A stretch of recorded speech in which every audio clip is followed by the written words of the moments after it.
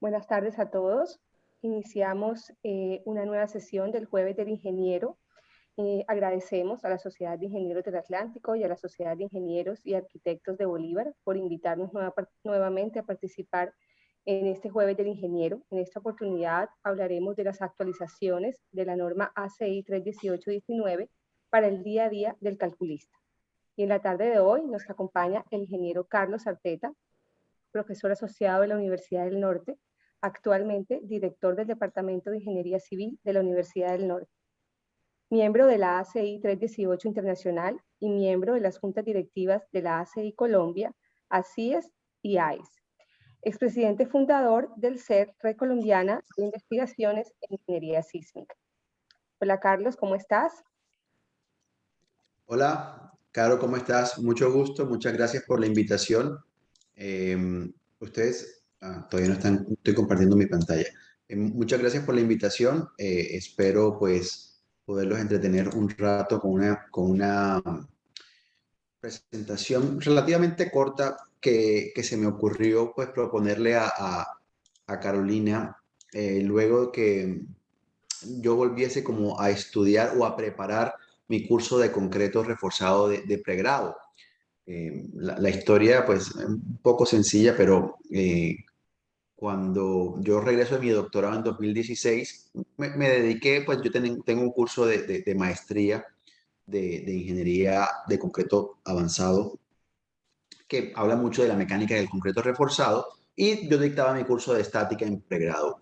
Entonces, en algún momento me dijeron, oye, ¿por qué no dictas el curso de concreto reforzado de pregrado y no solo el de estática? Entonces le dije, listo, yo creo que tengo tiempo y me di a la labor, Caro, de montar el curso no con base en NSR 10, que es el reglamento colombiano que rige hoy la construcción, el análisis y el diseño de las estructuras de concreto reforzado, sino con base en lo que podría ser NSR 22 o 23 en el momento en el que salga.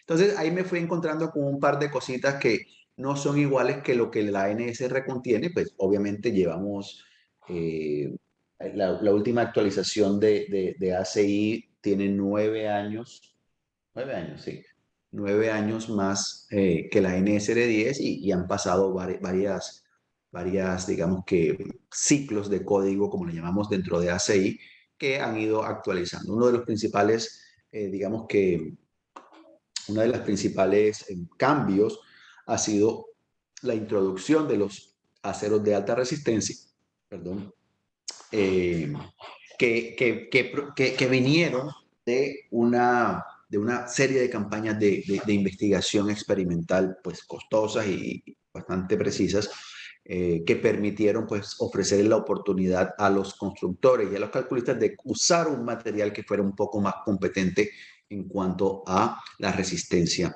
Específicamente son los aceros de alta resistencia de 80 y de 100, de grado 80 y de grado 100.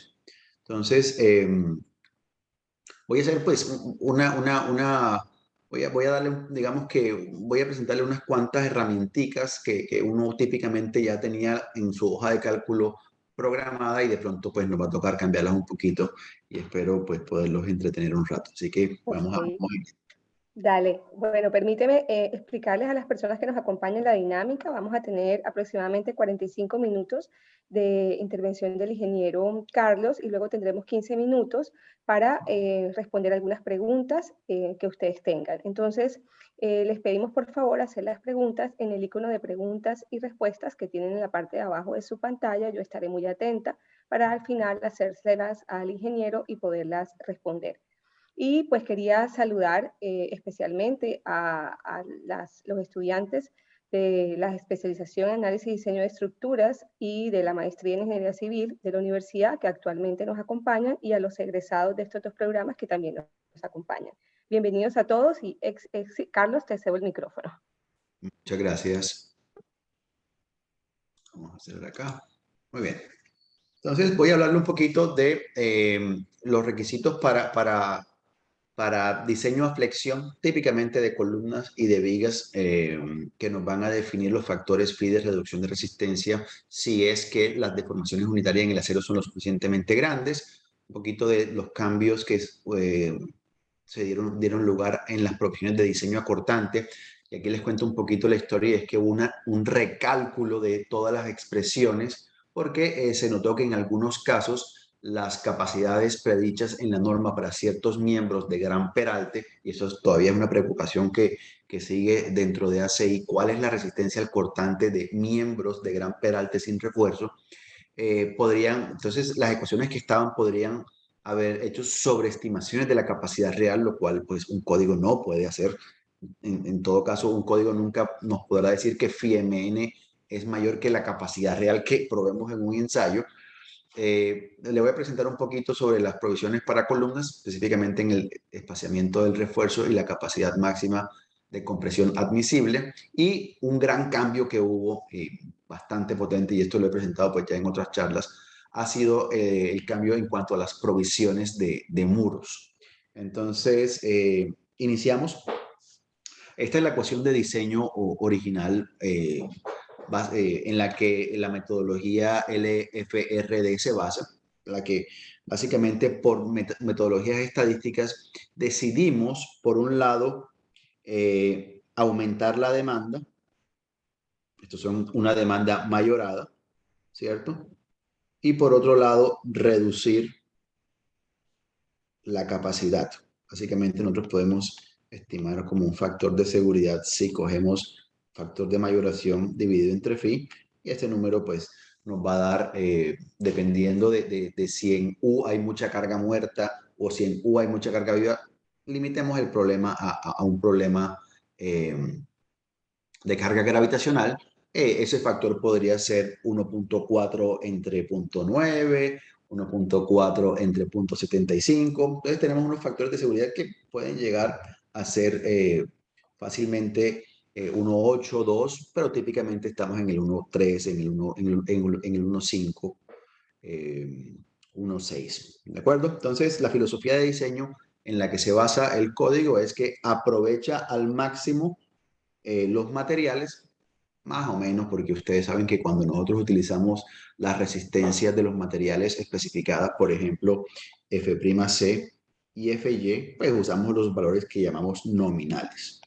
En la vida real, si uno le pide un concreto de F'C específico a una concretera, ellos tienen unos coeficientes de variación y le van a entregar a ustedes capacidades de, pues, F'C, digamos que real, podría estar alrededor del 1.10 al 1.30 F'C. Digamos que esto impactaría la capacidad de los elementos sometidos a compresión, no tanto de aquellos elementos sometidos a flexión, pero la capacidad afluencia de los real, más o menos tiene el 15% de la nominal. Pero en el acero es donde principalmente hay una sobreresistencia, porque si bien la norma nos dice que utilicemos funciones elastoplásticas para caracterizar al acero de refuerzo,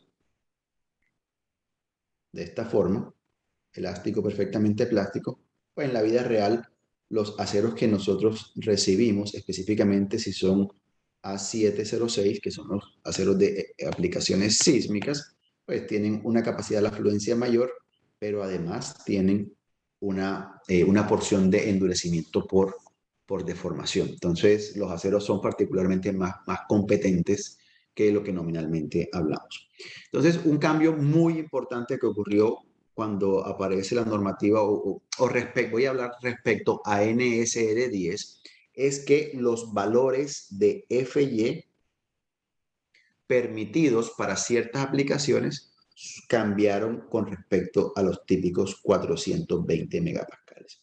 Entonces, si el acero que tenía 420 megapascales de resistencia nominal a la fluencia, le llamábamos acero grado 60, en los últimos ciclos de ACI 318 han aparecido los aceros grado 80 y los aceros grado 100. Entonces, son aceros que, digamos que respecto a lo que teníamos anteriormente, aumentaron su capacidad hasta en 1.7 veces. Entonces, enseguida cerremos los ojos e imaginémonos el primer ejercicio que aprendemos cuando nos enseñan concreto reforzado. el diseño o la evaluación del comportamiento de una viga sometida a flexión, típicamente momento positivo. Bloque de compresión arriba, tracción abajo. La preocupación que siempre el profesor de concreto nos dice es, debemos diseñar estas estructuras para que el fusible, vamos aquí a pintar el primer ejercicio que uno típicamente hace, el fusible del comportamiento sea el acero. ¿Qué significa el fusible? Hombre, este tipo debe al menos fluir. ¿Para qué? Para evitar o para proteger a la zona de compresión. Entonces,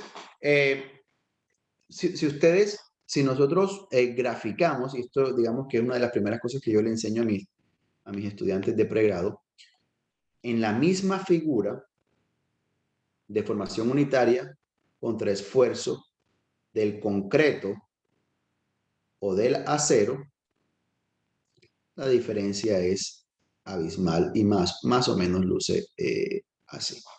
Es decir, que el concreto, siendo este, particularmente el concreto inconfinado,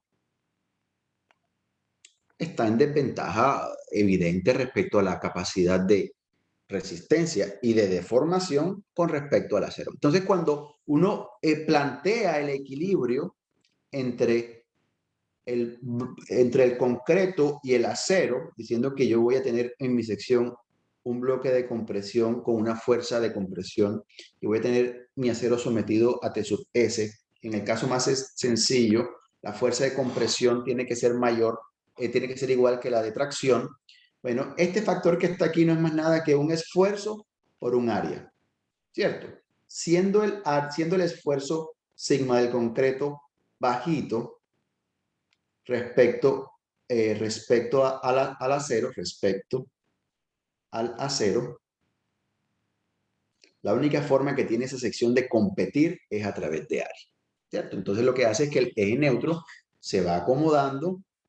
Si el acero tiene poca competencia, este sería mi bloque de compresión, pero si el acero comienza a tener mucha competencia, este es mi bloque de compresión, ¿cierto? Entonces yo tengo un valor de la profundidad del eje neutro que se va acomodando porque sigma en verdad no sirve para nada en la ecuación para poder competir contra el acero que está abajo, que está siempre, típicamente pensamos que está sometido a sub S por FY, ¿verdad? Entonces, cuando FY aumenta, podemos esperar que automáticamente los bloques de compresión tienen que ir aumentando. Entonces, lo que queremos evitar, ¿cierto? Es que la deformación unitaria de esto sea mayor que 0.003 y que la deformación unitaria en el acero sea menor que la de fluencia. Esto es lo que queremos evitar a toda costa, que se me aplaste el concreto sin que fluya el acero. Entonces, piensen en las implicaciones de tener un acero de mayor resistencia. Es un cambio de perspectiva bastante fuerte. Creo que me extendí mucho más de lo que quería en esta diapositiva, pero lo que les quiero decir es que aparecieron los concretos de 80 y los concretos de 100 KS6. Sin embargo, miren, esta tabla ha considerado los avances en la investigación, particularmente en ingeniería sísmica de diseño de concreto reforzado, y nos dice, miren, si usted va a diseñar un sistema de pórticos DES, no le permito usar acero de 100 KSI, solamente hasta 80 KSI, porque ¿cómo se llama? Las investigaciones solo me aportan hasta ese punto. Sin embargo, si vas a meterle acero longitudinal a los muritos, ojo que estoy hablando de muros DES y de pórticos DES, sí te permito llegar hasta 100 KSI para que descongestiones las secciones. ¿De acuerdo? Entonces, digamos que aparece el acero de 80, aparece el acero de 100. Pronto, en la medida en que las acereras y los constructores se confabulen en favor de la sociedad, pues encontraremos estas ofertas en el mercado. Ahí también nos tocará pues ver si la idiosincrasia de construcción colombiana es consistente con la americana y si la adopción de estos valores tiene que ser directa o no. Pero bueno, en fin, nos dice, mire, si usted va a diseñar un sistema sismo resistente de concreto acero, la barra debe cumplir con ASTM ASTM 706. Es decir, que las propiedades mecánicas del acero tienen que ser controladas. Es decir, que el FY real no puede ser mucho mayor que el FY nominal y el F último o la capacidad tiene que ser tantas veces mayor que el FY. Eso es para tener una pendiente positiva con la suficiente pendiente que facilite el endurecimiento por deformación. Importantísimo, digo, yo creo que los que ya me han escuchado están aburridos de escucharme hablar. No se permite usar ni la malla electrosoldada, ni las barras corrugadas soldadas, ni el alambre, ni los alambres cuando estamos hablando de aplicaciones sísmicas. Eso igual ya está escrito hoy en día, pero desafortunadamente nuestra sociedad no lo ha adoptado o se nos ha pasado por debajo de la puerta el uso de estos aceros que se definen como unos materiales no dúctiles. ¿De acuerdo? Muy bien. Entonces la consecuencia, lo que quiero que pensemos es, bueno, ya que sabemos que los aceros pueden ser de alta resistencia, entonces debemos pararle bolas en el caso de las vigas, al nivel de deformación unitaria de la fibra extrema en tracción o del acero extremo en tracción. Y ustedes, los que son calculistas, saben que a esa deformación unitaria le llamamos epsilon T. Epsilon T es el número que es el nivel de deformación unitaria en la sección que nos interesa. ¿De acuerdo? Entonces, si nosotros hacemos un diagrama de compatibilidad de una sección y este es el acero grado 60, no sé si se alcanza a ver, grado 60 se ve un poquito mal.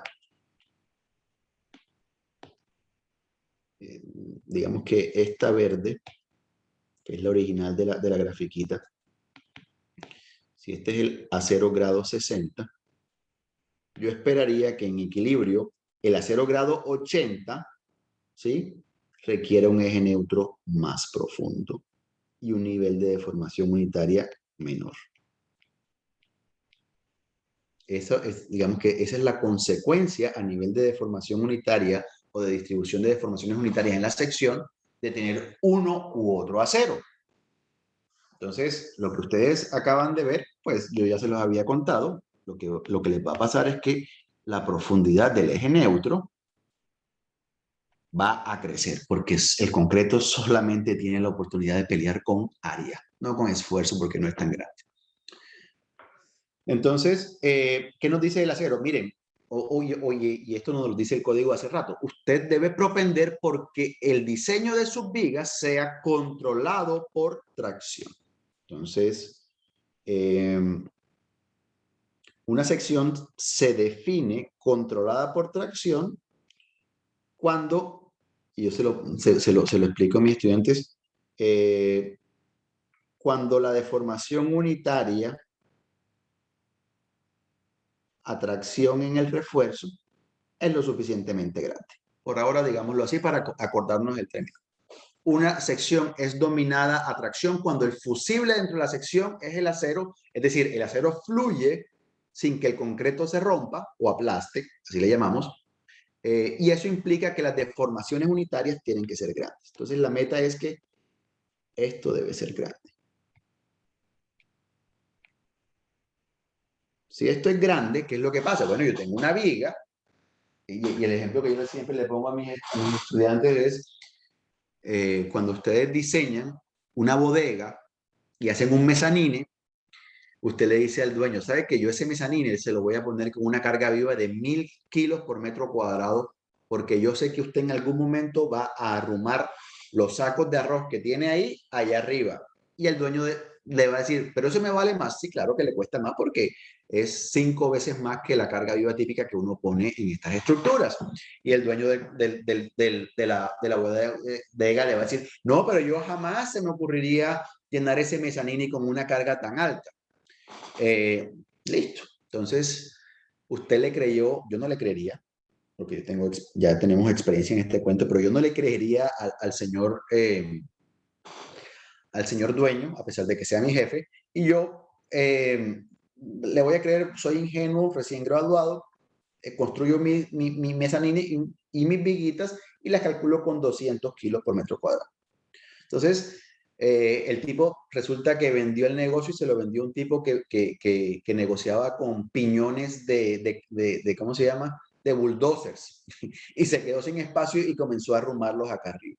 Entonces, esta viga, que originalmente fue diseñada para 200 kilos por metro cuadrado, cuando comience a recibir esos piñones y llegue a los 300 o 400 kilos por metro cuadrado, debe habernos mostrado un nivel de deformación tal que nos prenda las alarmas y nos diga, hey, estás sobrecargándome. Sin embargo, yo soy diseñada de acuerdo con la filosofía en la que el fusible es el acero. Yo soy diseñada como una viga comandada por tracción, de tal forma que no me voy a romper automáticamente o voy a estar bien y después voy a explotar rompiéndome, sino que me voy a ir deflectándome y te voy a ir mostrando que me estás sobrecargando para que tomes una decisión. Entonces, pues la viga llega hasta que se deforma sin romperse.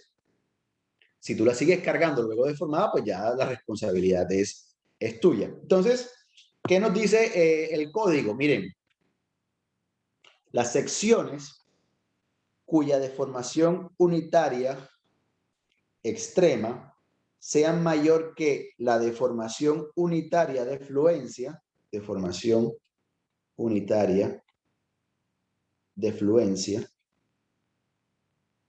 más 0,03, voy a decir que esto es una deformación lo suficientemente grande y le voy a llamar a esta sección controlada por tracción.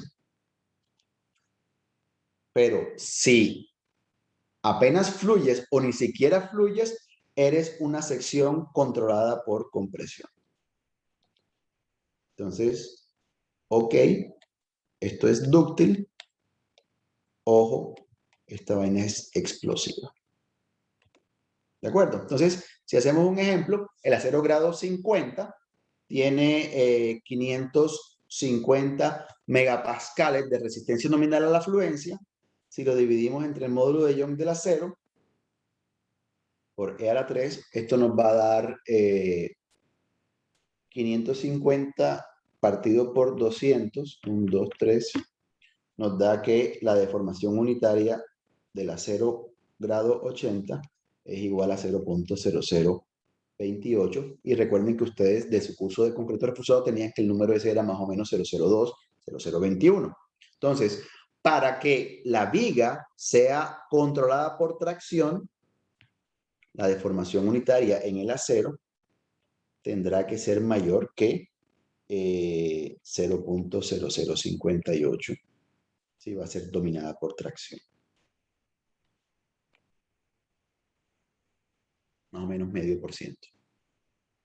Entonces, antes este número era un número fijo y no contenía al valor de deformación unitaria, pero como ya hay varios grados de acero, se incluye esto. Entonces, este ejemplo para grado 60, entonces nos quedaría como 420 partido por 200 por 10 a la 3 más 0.003 y esto nos da 0.005, creo, ¿cierto? 420 entre 200, 1, 2, 3 más 0.003, esto nos da 0.0051. Entonces, cuando usted va a asignarle un factor de reducción de resistencia a miembros sometidos a momento, a fuerza axial o a momento y fuerza axial combinados, usted le puede asignar un phi entre 0.65 y 0.90. Entonces, le vamos a asignar un phi de 0.65 si la sección es controlada por compresión, es decir, si la deformación unitaria es baja. Entonces, de aquí para acá, la def unitaria es baja. Entonces, esta es la misma filosofía que ya estaba en la norma, pero ahora cambiaron los valores del eje Y. Miren que ahora esta es la deformación de fluencia, que es función del grado del acero. Y tienes el permiso de usar 0.90 si diseñas la sección controlada por tracción, es decir, que garantizas que la deformación unitaria en el acero tiene, tiene un valor superior a el 3 por 1000 más la deformación de fluencia. Entonces, ¿esto qué nos afecta? Bueno, nos afecta φmn de las vigas, ¿cierto? Y para las columnas, si ustedes se ponen a pensar en el diagrama de interacción de las columnas, la deformación unitaria, que está aquí, sería el punto balanceado, digamos que nos va a afectar sobre todo esta porción que está acá, ¿de acuerdo? Que serían las que tienen unos fees seguramente cercanos a 0,90 y estamos seguros que de aquí para arriba los fees son iguales a 0,65. Pero entonces ahora tenemos que tener en cuenta que los aceros pueden ser diferentes grados, no solamente a 0 grados 60. Entonces las cuantías mínimas se convierten en esta tablita que está acá abajo. Entonces uno antes recordaba los concretos que típicamente usamos son concretos de 21 y 28 megapascales. El numerito que uno se acordaba de la cuantía mínima era 003.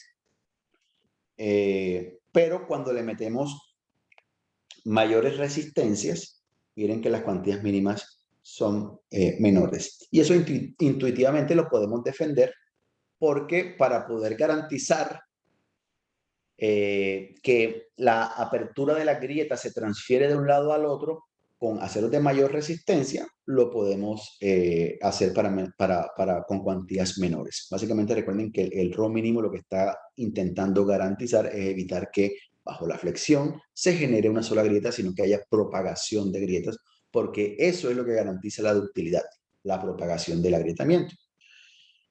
Asimismo, entonces cambia el RO máximo y el RO balanceado. Entonces recuerden que el RO máximo es el valor máximo de la cuantía longitudinal, valor máximo de la cuantía longitudinal que garantiza que la viga es dominada por tracción. Que el diseño de la viga es dominado, que la viga es dominada por tracción. Entonces miren algo que el código no contiene valores para grado 100 porque esos experimentos todavía no se han hecho. ¿Qué no se ha hecho? No se han hecho experimentos de acero grado 100 con concretos de baja resistencia, 21 y 28 megapascales. ¿Por qué? Porque no tiene sentido. Si voy a aumentar la resistencia al acero, pues debo aumentar automáticamente la resistencia al concreto. Y hoy en día esos aumentos de resistencia tienen unos costos marginales. Si usted llama a una concretera y pregunta por la diferencia entre el concreto de 21, 28 y 35 megapascales, no es fundamentalmente diferente. ¿De acuerdo? Entonces, para pues, familiarizarnos con algunos valores, si tenemos aquí el concreto de 35 megapascales, el RO máximo para el grado 60 es 2%, mientras que para el grado 100 es 1%. Miren los dos extremos. Si yo tengo una viga con 35 megapascales, le puedo poner hasta el 2% de acero en tracción y voy a garantizar que fluye. Pero si me voy a grado 100, solamente le puedo poner el 1% para evitar que, o para garantizar que esta sea una viga cuyo fusible es el acero de refuerzo. Y el RO balanceado es más alto que el RO máximo y digamos que es el último valor de RO que garantiza que al menos fluye el acero y no que permanece en su rango elástico. Y este valor entonces para 35 megapascales sube al 3% y al 1.6% para el grado 100. Entonces son, digamos que adaptaciones que tenemos que pensar porque bueno, yo rutinariamente en el cálculo estructural siempre decía, bueno, cuando una viguita esté por el 1.5% ya miremos que la cuantía puede ser un poquito alta. Siempre nos gustaba mantener la cuantía de las vigas en el 0,09, en el 1%, un numerito óptimo. Pero entonces cuando ya metemos aceros de grado 80 o 100, la cuestión cambia un poquito. Y entonces, asimismo, para reforzar las losas, aparece este cociente. Dice, miren, el refuerzo de ese mínimo en losas para aceros de grado 60 o mayor es igual no a 0018 AG, como lo teníamos antes, sino que es 0018 por 420 entre F y Y, o sea que si le metemos el grado 60, la ecuación queda igual a la que no sabemos, pero si la ecuación llega a los 550 o 690, va a encontrar este límite. Entonces, ese límite nuevo que se activa, que es el 0014 AG, se activará cuando FY sea mayor o igual que 80 KS6. ¿De acuerdo? Entonces, en cuanto a las provisiones para corte, como les conté, se repensaron y se recalcularon las ecuaciones. Y si uno mira el problema de las vigas, vamos a poner una viguita sometida con refuerzo inferior y con refuerzo transversal. Si uno aplica la analogía de la cercha, uno puede decir que las cargas van moviéndose como unos puntales para llegar hasta el apoyo. Entonces, si uno asume que este es el ancho de la grieta, uno puede demostrar que el equilibrio en este punto, ¿sí? Está conformado por un acero que está sometido a una tracción, un acero que está en la otra dirección sometido a la misma tracción, pero un poquito más de tracción porque el momento es mayor en ese punto. Tengo aquí un valor de acero en el estribo y tengo una fuerza de compresión que baja por el strut o por el puntal que es paralelo al agrietamiento. Entonces, si yo hago equilibrio de fuerzas en X y de fuerzas en Y, me voy a encontrar que el acero longitudinal transversal, el ángulo de la grieta, interactúan y no son problemas independientes. Es decir, la flexión y el cortante no son problemas independientes, son una acción combinada. Y ya voy allá, pero entonces la resistencia al cortante es igual que la que conocemos siempre y nos empaquetaron una ecuación que antes teníamos, antes nosotros le llamábamos a esto B sub S, antes nos decía el código, oye, usted no le puede poner el cortante que le dé la gana a la viga. El cortante máximo que el acero toma tiene que ser menor que tanto. Y entonces eso era medio confuso. Ahora nos cambiaron la redacción y nos dicen, miren, el cortante máximo tiene que ser menor que esta expresión. Entonces, si usted tiene su viguita, ¿cierto?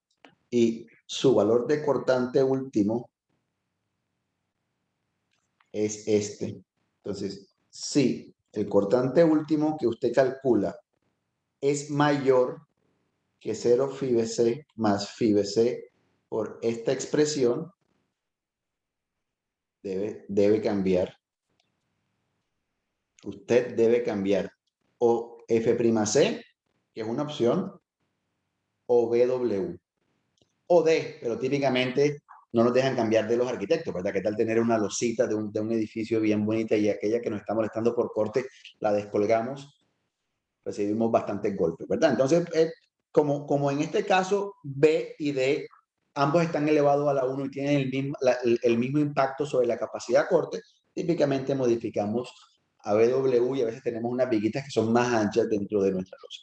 Entonces, digamos que lo que antes estaba empaquetado de una forma y nos decían que el P sub S o la demanda que toma el acero debe ser limitada, ahora nos lo meten como que todo el BU debe estar limitado. Yo creo que es más sencillo pensarlo así, de hecho. Muy bien. Y entre otras vainas, eso también incluye a aquellas vigas que no tienen acero de refuerzo. Entonces, para el acero de refuerzo, la tablita que les presenté al principio la partí en dos y ahora les estoy mostrando la tablita, la porción del cortante. También podemos usar aceros de alta resistencia. Miren que para los pórticos especiales y para los muros especiales nos siguen limitando a 550 y a 690. Pero ahora se permiten las mallitas para el corte. El cortante se puede tomar con malla, porque como igual es una falla frágil, entonces yo puedo meter a mis mallas que son súper frágiles, ¿de acuerdo? Pero miren, todavía no se han hecho experimentos con espirales, se mantienen en 60.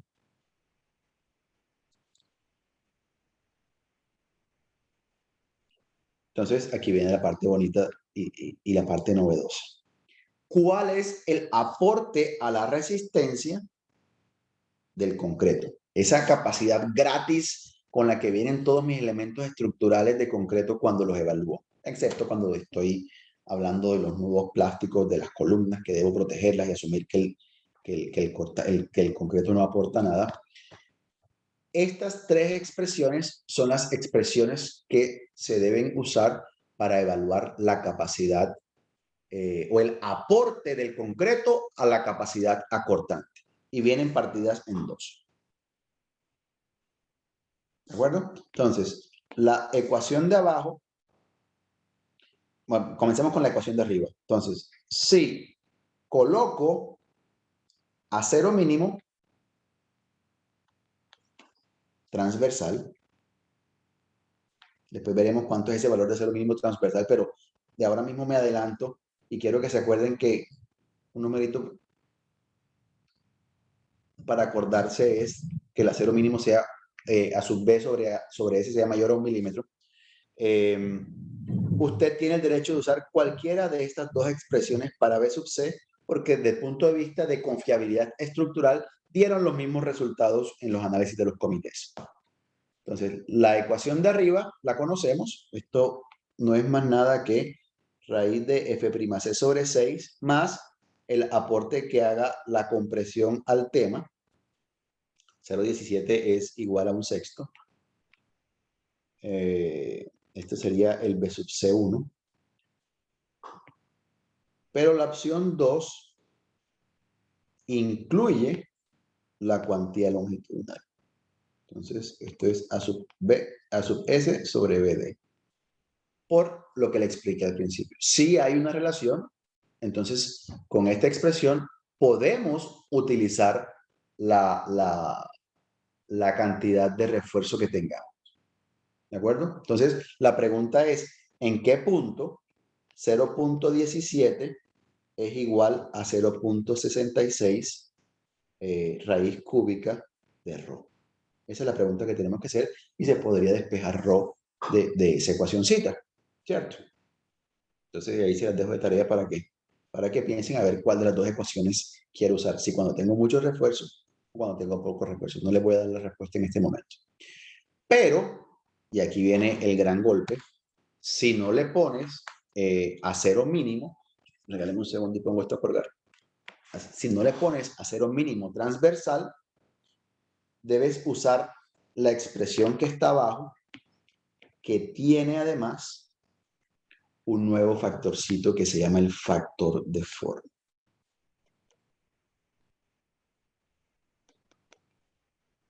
Entonces, adivinen qué es lo que pasa con este factor de forma. Este factor de forma lo que nos va a decir es los miembros con poco o nada de acero, de refuerzo transversal, que sean muy profundos, tienen menor capacidad al cortante de la que usted creía hace 5 años. Entonces, miren, ese valor lambda z, miren que estas dos ecuaciones se parecen, excepto por lambda s, perdón. Son iguales, excepto por lambda s. Y miren cómo es lambda s. Esto es en el eje Y, estoy graficando lambda S y en el eje T estoy graficando el peralte efectivo de la sección. Este valor es 1 hasta los 250 milímetros. Y a partir de ahí, para miembros más profundos, sin refuerzo transversal, se comienza a caer o a castigar la capacidad que el concreto aporta a la resistencia al cortante. Entonces, digamos que esta es una de las principales cambios cuando se evaluaron las ecuaciones de cortante, para tenerlo en cuenta. Igualmente, las ecuaciones para cortante, esto es cortante en una dirección, para el cortante en dos direcciones, de nuevo aparece el factorcito lambda S, que va a modificar la forma como tenemos las ecuaciones. Aparece un factorcito alfa S, que depende de la localización de las columnas, si son interiores, si son de borde o si son de esquina. Y la salvedad, que está escondidita en otro capítulo, que no es el capítulo que nos habla de corte, dice que lambda S no necesariamente aplica para zapata. Entonces, ese factor de tamaño que pues nos estaría molestando las hojitas de cálculo que ya tenemos listas, no lo tienen que afectar para las zapaticas. Muy bien. Refuerzo mínimo. Entonces, el refuerzo mínimo, que se mide como A sub B sobre S, recuerden que A sub B sería para cada espaciamiento de estribo, el área de la suma de las ramas, sería en este caso las tres ramitas. Entonces, A sub B, ese sería el espaciamiento en la dirección longitudinal de la viga. A sub B sería la suma de estos tres valores de A sub S. Entonces, A sub B mínimo sobre S, es decir, el que nos activa o el que nos da permiso para usar estas ecuaciones de aquí arriba, tiene que ser el máximo entre dos expresiones que ustedes ya conocían. 0,62 raíz de F'C por B por Fy, o el límite 0,35 P entre F y T.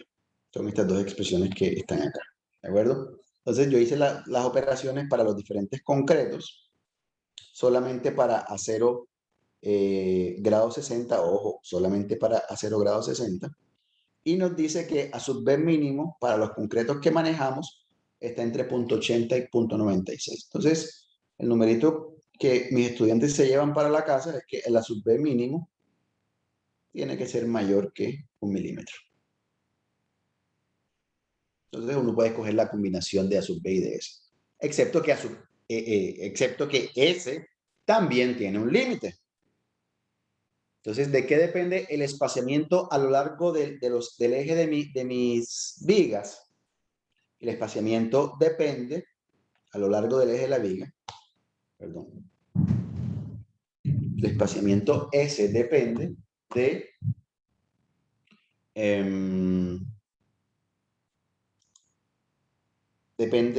si el cortante requerido es grande. Miren, esto es si BS requerido es grande o si BS requerido, perdón, arriba es pequeño. Si BS requerido es pequeño, a mí me gusta explicar las cosas de forma binaria porque yo nada más entiendo vainas sencillas explicadas para pelados de kinder. Entonces, si el BS pequeño es grande,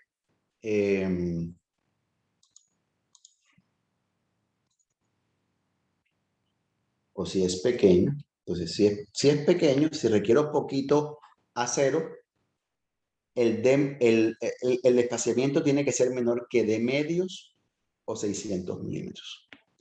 Si el BS requerido, es decir, si el aporte del acero transversal requerido es grande, y grande está dado por esta expresión que está aquí, mi espaciamiento no puede ser mayor que de cuartos o 300 milímetros.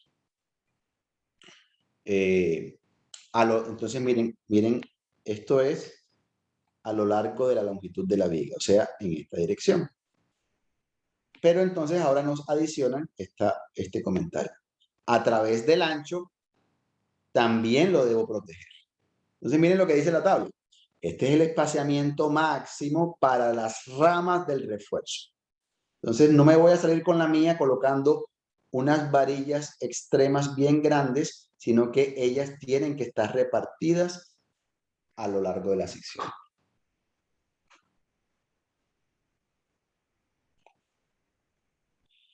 Para columnas, entonces, también encontramos algo parecido.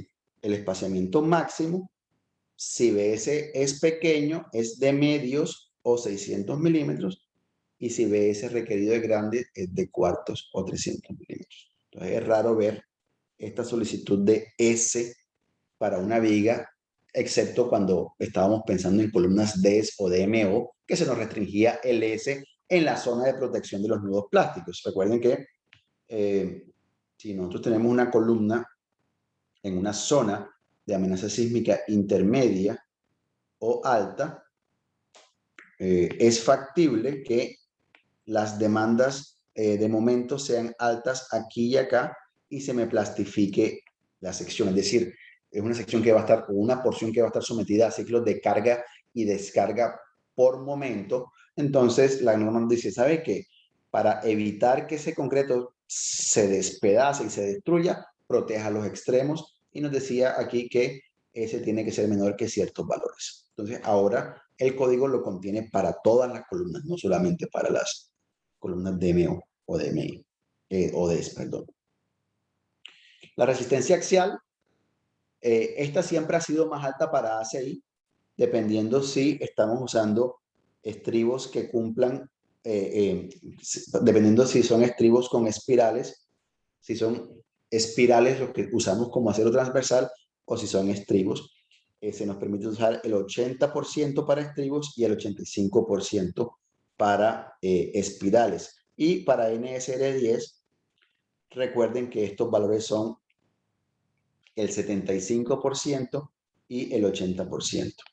Entonces, en resumen, los códigos de construcción no nos permiten usar la capacidad máxima de compresión P0 de las columnas. Recuerden que P0 es una expresión pues, relativamente sencilla, que es 0.85 F'C por A sub G menos A sub S más A sub S por Fy.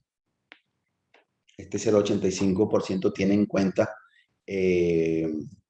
la disparidad que se encontró en los experimentos donde se vio que las columnas típicamente en compresión tenían menor capacidad en la parte alta de la columna porque el agua de exudación y el agua que subía hacía que la relación de agua-cemento aumentara en la parte alta de las columnas. Pero en resumen, no podemos usar tanta capacidad en las columnas, sino que podemos usar el 80 o el 85% de esa capacidad si usamos estribos o espirales.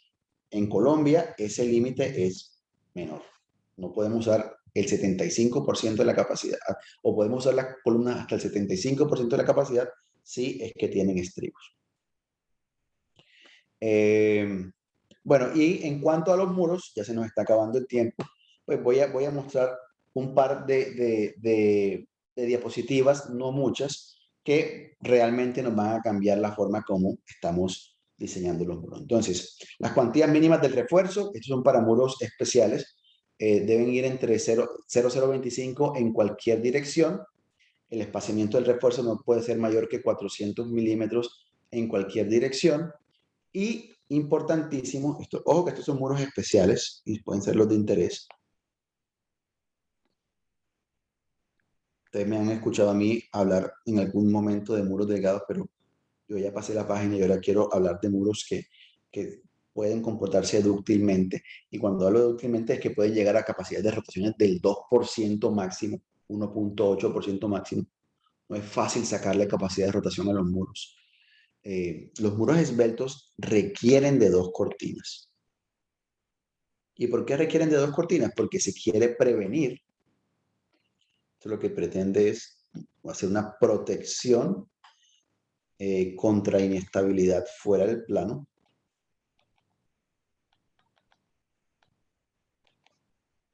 Fuera del plano. Muy bien. Y entonces nos dice, miren, para desarrollar el refuerzo, nos dice, el refuerzo longitudinal debe extenderse al menos 3.6 metros por encima del punto en el que ya no sea necesario. Entonces, esto sería para pisos altos, ¿cierto? Entonces, si la sección crítica de las barras naranjas, miren esto que dice acá abajo, si la sección crítica de las barras naranjas, que son estas barras naranjas, es esa, ellas las debes extender hasta 3.6 veces, ¿de acuerdo? Entonces, eso se puede hacer siempre y cuando estemos hablando de un piso que es un piso alto. Si estamos hablando de un piso alto, pues eso va a pasar. Pero ¿qué va a pasar en los edificios donde la altura del piso es de 2.40 metros? Él te dice, hombre, no tienes que hacerlo o extenderlo más allá de 3.6 metros, sino que extiéndelo L de veces hasta el siguiente piso. Entonces, esta es una provisión nueva. Dice, el refuerzo longitudinal debe extenderse al menos 3.6 metros por encima del punto en el que ya no es necesario, pero no es necesario extenderlo más allá de LD por encima del otro piso. Esta es la parte en la que debemos tener mucho cuidado y es nuevo. Los traslapos en las zonas de los elementos de borde no pueden hacerse cerca de la sección crítica. Entonces, si esto que está aquí no es un sótano como lo pinta la NS, como lo pinta ACI, sino que es una losa de cimentación o una zapata corrida, usted no me puede dejar estos pelos para traslapar en primer piso. Se ha comprobado que la capacidad de rotación de los muros con traslapos cerca de la base es limitada. Entonces, ahí, ¿quiénes van a pegar el grito? Los señores constructores de pronto, pero yo creo que también nos podemos acostumbrar a que la realidad sea esa en algún momento. Entonces, quedan protegidos los traslapos de los elementos de borde, no de todos los muros, en esa zona.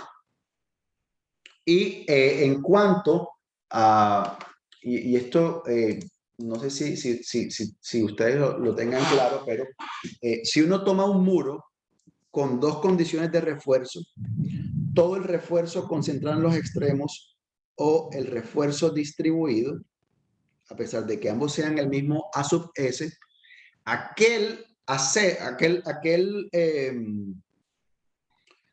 muro que tenga los aceros concentrados en los extremos va a ser capaz de propagar el daño sobre mayor número de grietas y eso va a redundar en un comportamiento dúctil y aquí se lo van a mostrar con una mayor capacidad de curvatura. En cambio, para que esta sección encuentre el equilibrio, seguramente tiene que enganchar a este acero, a este acero, a este acero y a este acero, lo cual va a redundar en el que se concentre la demanda en una sola grieta. Entonces, si ustedes se ponen a pensar, queremos medir la deformación unitaria en el acero sobre estas grietas o sobre una sola grieta, pues la respuesta va a ser esta. Entonces, en función de este comportamiento mecánico que lo podemos demostrar con una hoja de lápiz y papel, la norma nos dice, ¿saben qué? Los muros continuos desde la base deben tener una cuantía de refuerzo de al menos 0.50 raíz de F'C sobre Fy en estas porciones. Entonces, hubo unas investigaciones, particularmente con elementos finitos, que demostraba que colocar un Rho de 0,025 en un muro sin concentrar un poquito en los extremos facilitaba la concentración de la demanda en unas pocas grietas. Bueno, yo creo que voy a terminar aquí. La presentación es un poco más larga, pero claro, yo creo que para respetar el tiempo del público y de pronto dar tiempo para 5 minuticos de preguntas, pues podemos terminar acá. Muchísimas gracias. Espero haberles pues al menos levantado la curiosidad al respecto, ¿de acuerdo? Hay muchas otras nuevas consideraciones que valen la pena mirar, pero bueno, digamos que esta es lo que el tiempo nos dejó presentar. Así que muchas gracias. Gracias a ti, Carlos. Bueno, nos están agradeciendo a través del chat. Una persona dice brutal, refiriéndose a la conferencia. Muchas gracias, muy interesante. Y tenemos una pregunta que fue, bueno, casi al inicio. Javier Vitola pregunta, cuando se tienen dos filas de acero en tracción y la más extrema de estas supera ETY más 0.003, pero la otra no, ¿cuál sería el valor de phi? Eh, la que se monitorea para este fin, para phi, es la última, o sea que tu phi es 0.90, a pesar de que la que esté arriba no lo cumple. Entonces, Okay, claro. o sea, la norma es monitorea la más extrema. Si tienes dos, no te importa. O sea, si esta no fluye y esta fluye más 0.03, tu phi es 0.90. Okay, listo. Bueno, Reiner Rico nos dice, muchas gracias, es la primera vez que estoy en una conferencia como esta.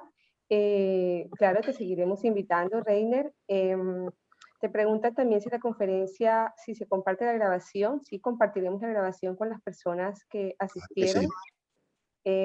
Bueno, te siguen dando las gracias por la conferencia. Todo muy rápida, siento yo, pero bueno, yo hablo así rápido y como nomás teníamos como 45 minutos, pero no haberlos abrumado. Pero lo importante es que Carolina les está ofreciendo a ustedes un tremendo programa de especialización donde esto lo podemos discutir un poquito más en profundidad. Ahí tocaba hacer la cuña. Sí, pero el ingeniero Carlos precisamente es docente en la asignatura Diseño de Estructuras de Concreto y recuerdo muy bien cuando lo invitamos a participar en la especialización y me dijo, pero yo no dicto la materia con la NSR, no sé si tú recuerdas. Entonces, que tiene que ver con la introducción que hiciste al principio y bueno, así es uno de los diferenciadores que tenemos en el programa precisamente de Sí, esta materia que tú dictas. el curso es un curso introductorio en la especialización, bueno, porque algunas personas llegan con concreto muy fresco, otros han pasado 10 años y han sido interventores, recibimos mucho interventor, ¿verdad, Caro? A los interventores Ujú. es como una deuda no saldada el estudiar estructura. Entonces, a pesar de que no vayan a ser calculistas, les gusta estar muy bien enterado de cómo se diseñan las estructuras.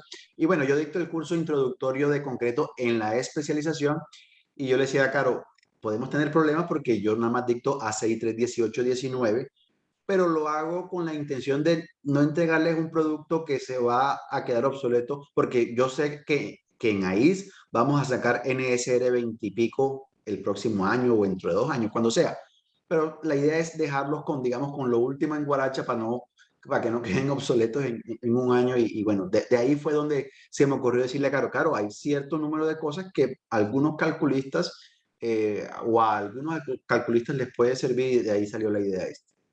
Sí, bueno, precisamente, bueno, gracias a tu comentario nos están preguntando si se requiere experiencia para estudiar la especialización y bueno, no, se requiere ser ingeniero civil.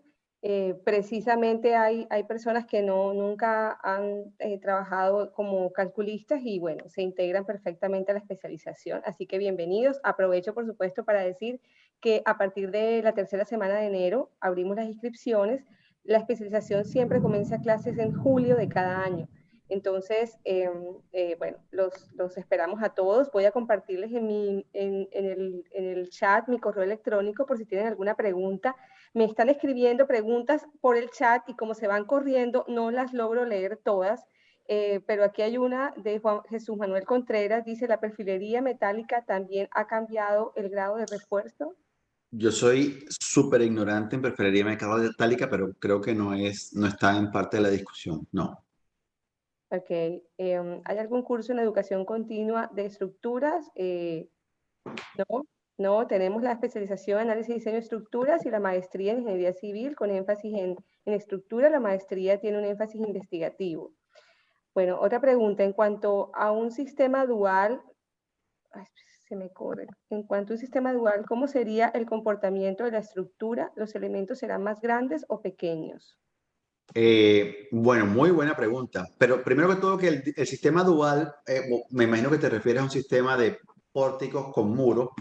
El sistema dual es un sistema medio obsoleto que requiere muchos requisitos del pórtico. Entonces, típicamente lo que hacemos en Colombia es que no le decimos al pórtico que soporte el 25% de la carga sísmica, sino que cogemos un pórtico y le ponemos un murito al lado, típicamente el ascensor, para controlar derivas. Eso es un sistema combinado. Claro, entonces lo que se espera o la idea es que las dimensiones, la congestión del refuerzo dentro de la sección sea menor. Entonces, no necesariamente te van a salir elementos más pequeños, porque cuando tú dimensionas una estructura, un pórtico o un muro, lo haces con base en los requisitos de deriva sobre todo y no tanto en la congestión, que podría ser una alternativa y es más, deberíamos hasta a veces hacerlo para evitar problemas de congestionamiento. Entonces yo no creo que te resulten menores dimensiones, pero sí te van a resultar quizá menores con problemas de congestión del refuerzo. Ok, bueno, y una última Y pregunta, kilos, Carlos.